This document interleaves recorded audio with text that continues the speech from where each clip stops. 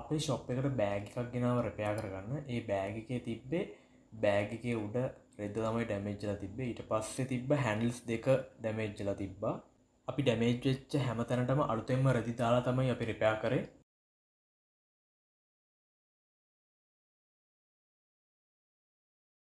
ඉතින් ඔයගලන්ට පේනවා අපි ඩැමේජ් වෙලා තිබ්බ හැම තැනටම අලුතෙන්ම රෙදි දාලා අපි රිපෙයාර් කරලා තියෙනවා.